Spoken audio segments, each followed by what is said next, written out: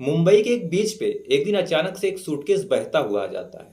अब जैसे ही लोग उस सूटकेस को देखते हैं तो उस सूटकेस को देखने के बाद लोगों को लगता है कि इसमें कोई कीमती चीज होगी, या फिर किसी रईसजादे का, या फिर किसी बड़े इंसान का, अमीर आदमी का ये बैग जो समुद्र के रास्ते से कहीं जा रहा था, उस आदमी का बैग गलती से गिर गया है और बहते हुए आ गया है। तो जाहिर सी बात है, इसमें कुछ सोने की चीजें हो सकती है, कुछ पैसे हो सकते हैं। इस वजह से उस सूटकेस को, उस बैग को पाने के लिए लोगों के बीच में एक होड़ सी लग जाती है। लोग दौड़ के एक दूसरे से छीना झपटी करके उस सूटकेस को, उस बैग को पाना चाह रहे थे। लेकिन जैसे ही एक आदमी उस सूटकेस को पाता है और पूरे खुशी मन से, पूरा अपना अधिकार जमाते हुए उस सूटकेस को खोलता है और कहता है कि ये सारी चीजें मेरी हुई, तो सूटकेस के अंदर कुछ ऐसी चीज निकलती है जिसे देखने के बाद उस आदमी को तो दूर की बात है, आसपास जितने लोग उस सूटकेस के लिए दौड़ रहे थे, अब उस सूटकेस से दूर भागने लगते हैं। कोई भी आदमी, कोई भी व्यक्ति उस सूटकेस के पास खड़ा नहीं होना चाह रहा था। तो आदाब, नमस्कार, जय हिंद, वंदे मातरम। मैं आपका अपना ठाकुर प्रखर सिंह। आज मैं जिस कहानी के साथ, जिस सच्ची घटना के साथ हाजिर हुआ हूँ, ये कहानी मानवता, इंसानियत, रिश्ते नाते, इन सब का खून करने वाली कहानी है।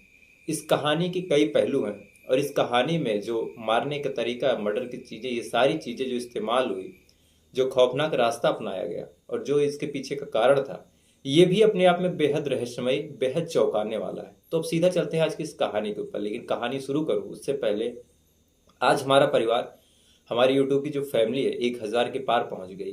तो इसके लिए आप सभी को लाख लाख बधाई, लाख लाख धन्यवाद।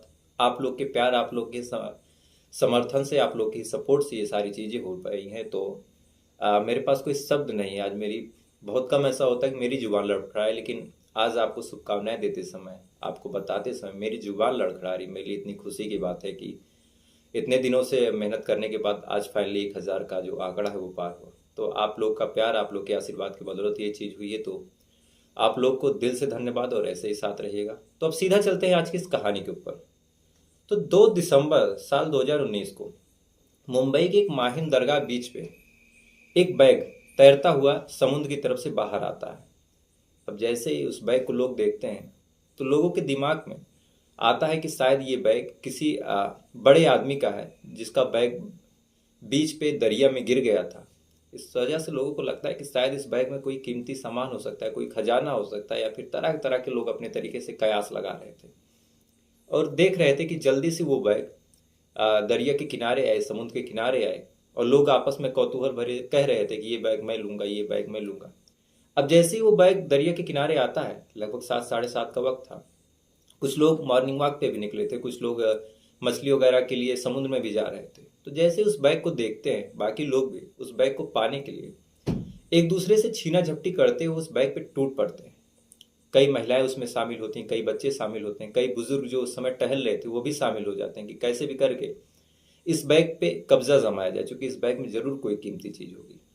अब काफी छीना झपटी के बाद एक अरफान नाम के आदमी को ये बैग मिल जाता है। अब अरफान बेहद खुशी से इस बैग को लेते हुए कहता है कि ये बैग अब मेरा हुआ और इसकी सारी चीजें मेरी हुई। उसे एक तरह से लग रहा था कि अब इसके जो अंदर से चीज निकली हुई सारी चीजें मेरी होगी, हो सकता है कोई कीमती चीज हो, तो मेरी जिंदगी भी बदल सकती है। तो इस वजह से अरफान उस बैग को लेकर बेहद खुशी मन से वहां से जाने लगता है। अब जैसे ही अरफान जाने वाला होता है तो लोग उससे कहते हैं कि देखो, बैग भले ही तुम रख लो, लेकिन इसके अंदर क्या है वो तो हमें दिखा दो। क्योंकि लोगों के अंदर एक कौतूहल था कि आखिर इस बैग के अंदर है क्या जो समुद्र से बहता हुआ बाहर आया है। ऐसा क्या है, किसका क्या गिर गया है, कौन सी चीज होगी। तो लोगों के लिए बेहद कौतूहल भरी चीज थी कि इस बैग के अंदर आखिर है क्या। तो लोग अरफान से रिक्वेस्ट करते हैं कि सारे सामान तुम ले लो, हमें कुछ नहीं चाहिए, लेकिन एक बार दिखा तो दो। तो अरफान कहता है कि नहीं, मैं नहीं दिखाऊंगा, अभी मैं बैग खोलूं और तुम लोग सामान छीन लो मुझसे। अभी ऐसे बैग है तो मेरे लिए आसान है, लेकिन अब इस बैग खोलने के बाद तुम लोग टूट पड़ो, छीन लो, तो मैं क्या करूंगा। अब जब अरफान ये सारी बातें बोलता है तो लोग फिर उससे रिक्वेस्ट करते हैं कि कम से कम एक बार दिखा दो, दूर से दिखा दो, लेकिन खोल के बता दो क्या है। फिर अरफान मना करता है तो उसी में से एक आदमी, एक बुजुर्ग कहता है कि देखो, शांति से दिखा दो, नहीं तो हम पुलिस कंप्लेन कर देंगे, पुलिस को बुला लेंगे, उसके बाद ये बैग ना मेरा रह जाएगा ना तुम्हारा रह जाएगा। अब अरफान जब ये बात सुनता है तो अरफान के अंदर एक तरह से डर का भावना होता है कि दिखाने में क्या जा रहा है, अगर ये पुलिस को फोन कर देंगे तो सारी की सारी चीज चली जाएगी मेरे पास से। तो फिर अरफान कहता है कि ठीक है, तुम लोग थोड़ा दूर चलो, मैं दूर से खोल के दिखा सकता हूँ। अब लोग भी मान जाते हैं, गोल गोल घेरा लगा के उस बैग के पास खड़े हो जाते हैं और अरफान बेहद खुशी से उस बैग को खोलता है। अब जैसे ही अरफान बैग को खोलता है तो अरफान के साथ साथ आसपास के लोगों की भी चीख निकल जाती है, क्योंकि उस बैग के अंदर, जिस बैग को अरफान इतनी खुशी मन से अपने पास ले जा रहा था, उस बैग के अंदर एक आदमी का पैर, धड़ से लेके पांव तक एक पैर, एक पूरा हाथ और एक पॉलीथीन में एक आदमी का प्राइवेट पार्ट रखा था। अब सुबह सुबह अरफान समेत जब आसपास के लोग ये नज़ारा देखते हैं, उस बैग के अंदर का वो खौफनाक नज़ारा देखते हैं, तो बाकी लोगों के तो पैरों तले जमीन खिसक जाती है कि ये क्या है, जिसे हम कुछ कीमती सामान समझ रहे थे, जिसे हम कोई खजाना समझ रहे थे, उस बैग के अंदर ये क्या निकल रहा है। अब ये देखते ही इरफान वहां से उस बैग को छोड़ते हुए भागता है, कहता है ये बैग मुझे नहीं चाहिए। और आसपास के लोगों में भी भगदड़ मच जाती है उस नज़ारे को देखने के बाद, चूंकि नज़ारा इतना ज़्यादा खौफनाक था। चूंकि जो पैर था कई दिनों से पानी में था, तो पानी में रहने की वजह से वो पैर भी बेहद खौफनाक नजर आ रहा था, हाथ भी पूरा सड़ गया था। तो इस वजह से उस नज़ारे को देखने के बाद सभी लोगों में दहशत होती है और फौरन कुछ लोग पुलिस को फ़ोन करते हैं और आसपास के जो पुलिस वाले हैं वो मौके पे पहुंचते हैं। अब पहुंचने के बाद जो पुलिस वाले थे उस सूटकेस को, उस बैग को कब्जे में लेते हैं और कब्जे में लेने के बाद उस बैग के बारे में आसपास के लोगों से पूछताछ करते हैं कि क्या इस आदमी को ऐसी मिलती जुलती पैर, अब पैर था तो पैर से ही पहचान करने की पुलिस वाले कोशिश कर रहे हैं कि ऐसे बॉडी डील डॉल वाले आदमी को किसी ने देखा है। और फिर आसपास के जितने और मछुआरे थे उनसे भी कहते हैं कि आप लोग दरिया में जाइए और कहीं कोई बॉडी पार्ट है, ऐसा कोई और सूटकेस मिले तो वो भी खोज के लेके आए, क्योंकि एक पैर से, एक हाथ से और प्राइवेट पार्ट से किसी आदमी की पहचान करना, किसी आदमी की शिनाख्त करना नामुमकिन है। अब पुलिस वालों के पास और कोई रास्ता नहीं बचता। पुलिस वाले जब उस सूटकेस को कब्जे में लेते हैं तो अपनी पूरी टीम के साथ और कुछ मछुआरों की मदद से आसपास के उस इलाके की, पूरी समुद्री इलाके की जांच पड़ताल करते हैं कि शायद कोई आदमी, कोई और चीज़ मिल जाए इस पैर और हाथ से जुड़ी हुई। अब पुलिस वाले जब उस सूटकेस को खोलते हैं तो पुलिस वालों को एक चीज़ समझ में आती है कि जो मामला है, ये हाथ पैर जो आया है, ये जरूर कोई हाई प्रोफाइल मामला है। इस वजह से पुलिस कुछ दिन इस मामले की जब जांच करती है, आसपास के मछुआरों से मदद लेती है, जब उसे सुराग के नाम पे, सबूत के नाम पे न कोई और बॉडी पार्ट मिलता है, न कोई और चीज़ें मिलती हैं, तो पुलिस इस मामले को क्राइम ब्रांच को रिफर कर देती है और कहती है कि ये मामला हमारे बस का नहीं है, आप ही इस मामले की जांच कीजिए। अब क्राइम ब्रांच भी आती है, इस मामले में जुटती है, चारों तरफ से पूछताछ करती है, चारों तरफ लोगों से पता करती है कि क्या कोई और बैग मिला है जिसमें इस आदमी का सर हो, क्योंकि बिना सर के, बिना चेहरे के, उतने बड़े मुंबई में, और मुंबई से आया है कि कहाँ से आया, इतने बड़े इलाके में एक आदमी का पता करना लगभग नामुमकिन है। अब आसपास पुलिस वाले खोजबीन करते हैं, लोकल मछुआरे खोजबीन करते हैं, गोताखोर आते हैं, लेकिन कोई भी चीज़ पुलिस के हाथ नहीं आती। मामला 2 दिसंबर का था। अब धीरे धीरे तारीख बीतती जाती है, 2 से 3 होता है, 3 से 4 होता है, 4 से 5 होता है। अब पुलिस वालों के पास, क्राइम ब्रांच के पास भी जब कोई चीज़, कोई सुराग हाथ नहीं लगता, तो फिर से वो उसी बैग को टटोलते हैं और चेक करते हैं कि क्या कोई और इसमें छोटी सी छोटी चीज़ अगर मिल जाए तो हमारा काम जो है वो आसान हो सकता है। इसी क्रम में जब बैग को पुलिस वाले और क्राइम ब्रांच के अधिकारी खोलते हैं तो उस बैग में उन्हें एक शर्ट, एक पैंट और एक स्वेटर मिलता है। इसके अलावा न कोई डिटेल की चीज़ थी, न कोई कागज़ था, न कोई आधार कार्ड था, न ऐसी कोई चीज़ थी जिस वजह से इस आदमी की पहचान हो सके। सारे सारे सबूत, सारे चीज़, सारे डॉक्यूमेंट्स के नाम पे एक शर्ट, एक स्वेटर और एक पैंट था। अब पुलिस वालों को, अधिकारियों को, क्राइम ब्रांच को जो भी पता करना था वो इसी स्वेटर, इसी शर्ट और इसी पैंट से करना था। अब क्राइम ब्रांच के लिए ये भी एक चुनौती की बात थी, एक शर्ट से, एक पैंट से, एक स्वेटर से, एक हाथ से, एक पैर से किसी आदमी की पहचान कैसे की जा सकती है। अभी पहले ये पता करना है कि ये मरने वाला कौन है, फिर उसके बाद ये पता करना है कि मारने वाला कौन है। अब देखते देखते ये जो पूरा मामला था मीडिया में फैलता जाता है कि दरिया किनारे मिली एक रहस्यमय लाश, दरिया किनारे मिली एक रहस्यमय लाश, तो पुलिस वालों के ऊपर दबाव भी बढ़ता जाता है और क्राइम ब्रांच के ऊपर भी प्रेशर बनता जाता है, क्योंकि आसपास के लोग उस लाश को देख चुके थे, तो लोगों में एक डर का माहौल था कि कौन है, कैसा है, इसका मर्डर क्यों हुआ। इस वजह से अब पुलिस उसी शर्ट, उसी स्वेटर और उसी पैंट के आधार पर जांच पड़ताल शुरू कर देती है। चारों तरफ से डीएनए उठाया जाता है, उस स्वेटर का डीएनए उठाया जाता है, शर्ट का डीएनए उठाया जाता है, कोई चीज़ मिल जाए, लेकिन कोई भी चीज़ नहीं मिलती। तभी एक अधिकारी की, एक आला अफसर की निगाह उस शर्ट पे लगे एक लेबल पे जाती है। और उस लेबल पे लिखा था अल्मनो मेंस बियर।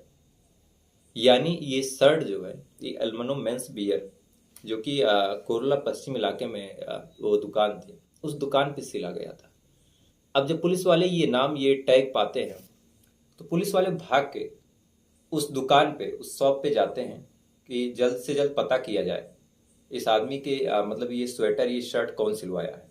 अब पुलिस वाले उस दुकान पे जाते हैं, उस आदमी से पूछते हैं कि क्या इस आदमी की डिटेल मिल सकती है, और पूरी वाकया, पूरी बातें बताते हैं। तो पुलिस वाला कहता है कि आपके पास कोई ऐसा डॉक्यूमेंट है जिससे हम वेरीफाई कर सके, क्योंकि आमतौर पे आप भी अगर किसी दुकान पे जाएं तो दुकान वाले उस शर्ट का, अगर आप कोई शर्ट या पैंट सिलवाने जा रहे थे, एक पार्ट कट करके अपने पास रख लेते हैं, ताकि जब आप शर्ट लेने जाए तो उसी पार्ट से मैच करा के आपकी शर्ट को, आपकी पैंट को पहचान सके और पहचान के आपको दे सके। तो ये बातें पुलिस वालों को भी पता थी। इस वजह से उस दुकानदार से कहते हैं कि आप जो है इस शर्ट की मैचिंग चीज चेक कीजिए कि किससे मैच कर रहा है। तो दुकानदार लगभग 1 से 2 महीनों की अपनी पूरी लिस्ट निकालता है। अच्छा, पुलिस वालों की अच्छी किस्मत ये थी कि वो शर्ट जो है लगभग 90 दिन पहले सिला गया था।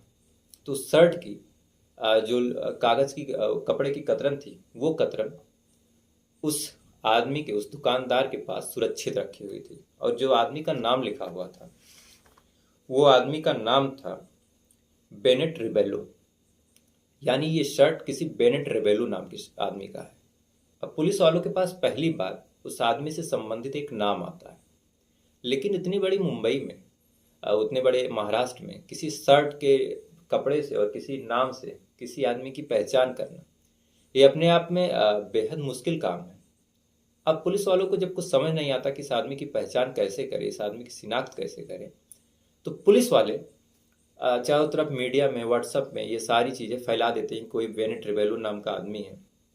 इधर पोस्टमार्टम रिपोर्ट भी आ जाती तो पता चलता है कि इस आदमी की उम्र, मरने वाले आदमी की उम्र लगभग 55 से 60 साल की है। तो पुलिस वाले जब चारों तरफ चेक करते हैं, उन्हें कोई चीज़ नहीं हाथ लगती, तो व्हाट्सएप वगैरह में ये फैलाते हैं कि कोई आदमी जिसका नाम बेनेट रिबेलो है, 55 से 60 साल उसकी उम्र है, दरिया में ऐसे पाया गया।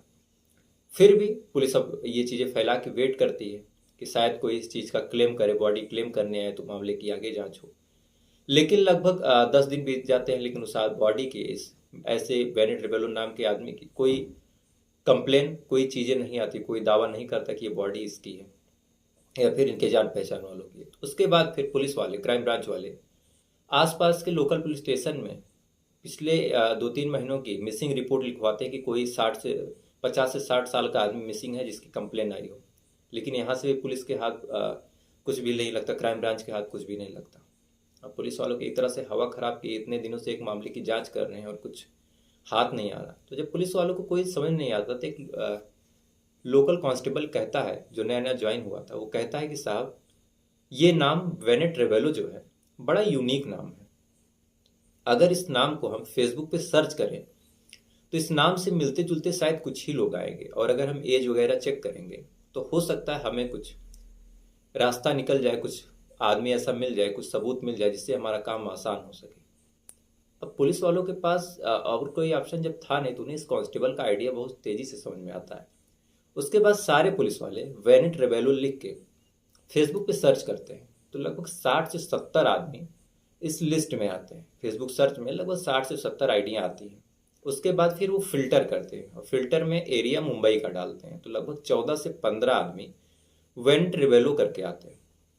उसके बाद फिर वो एज के हिसाब से, यानी पोस्टमार्टम रिपोर्ट में आई थी कि मरने वाली की एज 55 से 60 साल की है, इस वजह से एज के हिसाब से फिल्टर करते हैं और अपने तरीके से चेक करते हैं। तो एक आदमी की प्रोफाइल इस बेनेट रिबेलो नाम के आदमी से मैच करती हुई दिखाई जा रही थी। यानी एक बेनेट रिबेलो नाम की प्रोफाइल ऐसी थी जिसकी उम्र भी लगभग 55 से 60 साल थी, और ये आदमी, उसका नाम भी बेनेट रिबेलो था, ये मुंबई का ही रहने वाला था। तो जब इस आदमी की बाकी प्रोफाइलें चेक करती है पुलिस, क्राइम ब्रांच वाले बाकी प्रोफाइल चेक करते हैं कि इस आदमी के पास कोई ऐसी चीज़ मिले जिससे पुख्ता सबूत हो जाए, कोई ऐसी एड्रेस मिले, कोई ऐसा डॉक्यूमेंट मिले जिससे ये चीज़ क्लियर हो जाए कि मरने वाला यही है। तो जब उसकी प्रोफाइल बाकायदे चेक करते हैं, तो उसमें एक पोस्ट ऐसी थी जिस पोस्ट में आदमी वही सेम शर्ट पहने हुए था। अब पुलिस वालों की तो खुशी का ठिकाना नहीं था कि जिस मामले को पिछले 15 दिनों से जी तोड़ मेहनत करके सुलझा रहे हैं, अब मरने वाला कौन था ये चीज उनके सामने थी, और ये चीज उन्होंने एक फेसबुक सर्च से खोजी थी। तो अपने आप में बेहद हैरान करने वाली बात थी पुलिस वालों के लिए भी कि एक सर्च से हमने ये मामला सुलझा लिया। उसके बाद अब उस आदमी की डिटेल खंगाली जाती है, उसके अबाउट सेक्शन को चेक किया जाता है, तो पता चलता है कि ये आदमी जो वेनेट रिबेलो है ये कोई फेमस सिंगर है, और ये सिंगर है और ये मूवीज वगैरह में अपने गाने को देता है, अपनी आवाज़ देता है। पुलिस वालों को लगता है कि ये मामला फिर से किसी हाई प्रोफाइल की तरफ जा रहा है, किसी बड़े सिंगर की हत्या हो गई है। अब उस सिंगर के एड्रेस को निकाला जाता है, उस सिंगर के एड्रेस को खंगाला जाता है, और खंगालने के बाद जब पुलिस वाले उस आदमी के घर पे जाते हैं, तो घर पे जाने के बाद पुलिस वाले देखते हैं कि इस आदमी के घर पे तो ताला लगा हुआ, घर भी पूरा आलीशान बंगला और बंगले पे ताला। पुलिस वालों को थोड़ा सा अजीब लगता है कि एक आदमी इतना बड़ा सिंगर घर पे ताला लगा हुआ था, ये भी बेहद चौंकाने वाली बात है। अब पुलिस वाले आसपास के लोगों से पूछते हैं कि ये आदमी कौन है, मरने वाला कौन है, इसके घर पे और कोई नहीं रहता क्यों, इसका कारण क्या है, घर पे ताला क्यों लगा हुआ, ये कहाँ गए हैं। पुलिस वाले जब ये सारी चीज़ें पड़ोसियों से पूछते हैं तो पड़ोसी कहते हैं कि साहब इसकी तो 2 शादियाँ हुई थी, लेकिन इसका चरित्र इतना इसका घटिया था कि इसके साथ इसकी दोनों बीवियाँ नहीं रही, छोड़ छोड़ के चली गई। लेकिन पिछले 2-3 सालों से ये एक लड़की को गोद लिया हुआ था जो कि इसकी बेटी जैसी थी, वही अब इसके साथ रहती थी। यानी ये अपनी एक गोद ली हुई बेटी के साथ रहता है, बाकी इसके साथ और कोई रहता नहीं। अब पुलिस वाले फिर हैरान थे कि चलो मान लो इसका मर्डर हो गया तो बेटी कहाँ गई, वो 16-17 साल की लड़की गई कहाँ। अब पुलिस वाले उस लड़की को खोजते हैं और उस लड़की का नंबर नोट करते हैं, पड़ोसियों से उस लड़की का नंबर लेते हैं, और नोट करने के बाद उस नंबर को सर्विलांस पे लगाते हैं और चेक करते हैं, तो पता चलता है कि वो लड़की घाटकोपर इलाके में है इस समय। अब पुलिस वाले क्राइम ब्रांच वाले भाग के घाटकोपर जाते हैं, उस लड़की को पकड़ते हैं, पकड़ के उसे थाने ले आके पूछते हैं कि तुम्हारे फादर कहाँ गए, और जाहिर सी बात है बॉडी वगैरह भी उस लड़की को दे रही थी। तो थाने ला के उस लड़की से कहते हैं कि आपके फादर कहाँ हैं। तो वो लड़की पुलिस वालों से कहती है कि मेरे फादर जो है, मेरे पापा जो हैं, वो तो कनाडा गए हुए हैं। अच्छा, जब पुलिस वाले इस लड़की को लेके आते हैं तो इसके साथ एक 16-17 साल का एक लड़का भी आता है, जो पुलिस वालों से सीधा आके कहता है कि आपने मेरी गर्लफ्रेंड को क्यों पकड़ा। तो ये चीज़ जब पुलिस वाले सुनते हैं तो उन्हें ये बात पता चल जाती है कि ये लड़की पिछले कई दिनों से अपने उसी बॉयफ्रेंड के साथ लिव इन में रह रही है और उसी के पास रह रही है। तो पुलिस वालों को लगता है कि अगर इसके फादर जो है कनाडा गए थे तो इस लड़की को थोड़ा तो डर होना चाहिए कि मेरे फादर ये सारी चीज़ें जान जाएंगे तो मुझे बहुत डांटेंगे। और इधर जो लड़की के बताने का तरीका था, इस बताने के तरीके में इस लड़की की जो आवाज़ थी वो कहीं ना कहीं लड़खड़ा रही थी।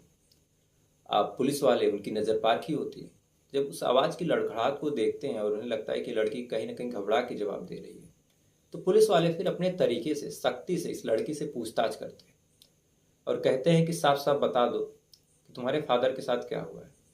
अब जब दोनों बॉयफ्रेंड गर्लफ्रेंड को अलग अलग तरीके से अलग अलग जगह ले जाके अलग अलग कमरे में पूछताछ की जाती है, तो ये दोनों जब बातें अलग अलग बताने लगते हैं तो पुलिस वालों को पूरा डाउट हो जाता है कि जरूर दाल में कुछ काला है। अब पुलिस वाले तोड़ मरोड़ के अपने तरीके से पूछताछ करते हैं, सख्ती से पूछताछ करते हैं। जब सख्ती से पूछताछ करते हैं तो जो कहानी निकल के सामने आती है वो कहानी भी अपने आप में बेहद हैरान कर देने वाली, बेहद चौंकाने वाली और इंसानियत को कटघरे में लाके खड़ा करने वाली थी। दरअसल इस लड़की का नाम आराध्या उर्फ रिया था, जिसे साल 2018 में या 17 में ये लड़की बेचारी एक फुटपाथ पे खड़ी थी, भीख मांग रही थी। इसकी उम्र महज 15-15 साल थी।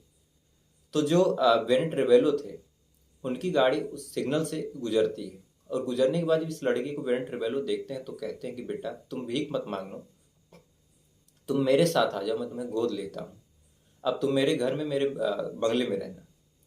अब बेनेट रिबेलो की उम्र लगभग 50 से 55 साल थी उस समय, और इधर आराध्या लगभग 15 साल की। तो उम्र का जो फर्क था कई गुना था। तो आराध्या का कोई डाउट नहीं होता, और वो भी उसे भी लगता है कि शायद मुझे अब बाप का प्यार मिल गया।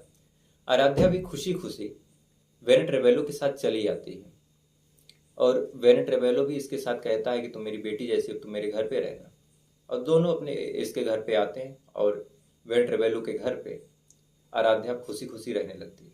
शुरुआत के कुछ महीने तो बड़े अच्छे गुजरते हैं, लेकिन धीरे धीरे जो बेनेट रिबेलो था उसकी जो नज़र थी आराध्या उर्फ रिया पे गंदी होने लगती है। अब उसके साथ जब ये सारी चीज़ें हो रही थी, जब आराध्या नोटिस करती है कि मेरे जो पिता हैं उनकी जो नज़र है वो गंदी हो रही है, लेकिन अब बेचारी करे तो करे क्या, वही एक सहारा थे। तो सारी चीज़ें धीरे धीरे वेरेन ट्रेवेलो की जो ऐसी अश्लीलताएं थी वो आराध्या बर्दाश्त करने लगती है। उसके बाद इधर वेरेन ट्रेवेलो की जो हिम्मत थी वो भी बढ़ती जाती है और धीरे धीरे ये आराध्या और प्रिया की साथ गलत काम करने लगता है, उसके साथ रेप करने लगता है, लेकिन आराध्या बेचारी कुछ बोल नहीं पाती। लेकिन लग 2019 में जुलाई अगस्त के महीने में एक बार जब आराध्या सिद्धि विनायक मंदिर गई थी दर्शन करने के लिए, तो वहीं पे ये लड़का जो उसके साथ थाने आया था, ये लड़का भी मिल जाता है।